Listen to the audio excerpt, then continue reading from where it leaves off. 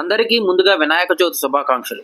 విఘ్నాలు తొలగించే విఘ్నేశ్వరుడికి ఎంతో ఇష్టమైనటువంటి ఉండ్రాలు లేదా ఉండ్రాల పాయసంని ఈరోజైతే ఈ వీడియో ద్వారా మీకు చేసి చూపించబోతున్నానండి. 1/2 లీటర్ పాలు బాగా మరగబెట్టి తీసుకున్నానండి. అదేవిధంగా ఒక యాలక్కాయ తీసుకున్నానండి. ఒక కప్పుతోని కొబ్బరి ముక్కలు తీసుకున్నాను. ఒక కప్పుతోని బియ్యం పిండి తీసుకున్నానండి. బియ్యం పిండి ఏంటంటే ఉండ్రాలు చేయడానికి, మళ్ళీ తిమ్మనం చేయడానికి మనకి ఇంకొక 1 కప్పు బియ్యం పిండి అయితే పడుతుందండి. అలాగే నేనైతే 1 కప్పు బెల్లం తీసుకున్నానండి. మనకి స్వీట్ ఎక్కువ కావాలనుకుంటే ఇంకొంచెం ఎక్కువ బెల్లం అయితే తీసుకోండి.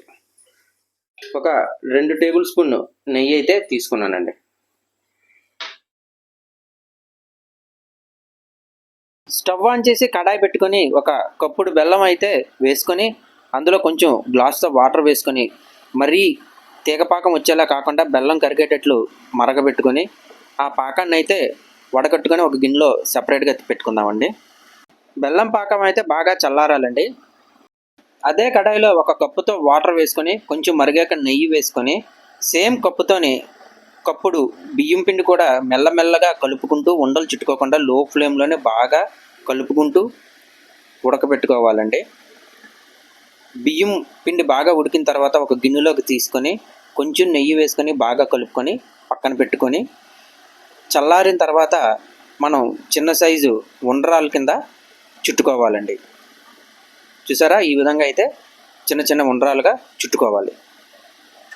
ఉండ్రాలు చుట్టేటప్పుడు అంటుకుంటుంది అనుకుంటే కొంచెం చేతికి నెయ్యి రాసుకోండి. ఫ్రెండ్స్, మా వీడియో నచ్చితే లైక్ చేయండి, మా ఛానల్ని సబ్స్క్రైబ్ చేసుకోండి. ఇప్పుడు ఒక కడాయిలోని 1/2 లీటర్ పాలు వేసుకొని కొంచెం మరిగిన తర్వాత ఇందాక మనం చేసుకున్న ఉండ్రాలను అయితే వేసుకుందామండి. కొంచెం పాలు మరిగిన తర్వాత కొబ్బరి ముక్కలు అలాగే దంచిన యాలక్కాయ పొడి వేసుకొని కొంచెం సేపు మరగపెట్టుకుందామండి. ఒక 1/2 కప్పు బియ్యం పిండి అయితే తీసుకొని అందులో కొంచెం వాటర్ వేసుకొని బాగా కలుపుకొని ఇప్పుడైతే మనం పాలల్లోనే వేసుకొని బాగా కలుపుకుందామండి. పాలు అయితే కొంచెం బాగా దగ్గర అయినంత వరకు మనం మరగపెట్టుకుందామండి.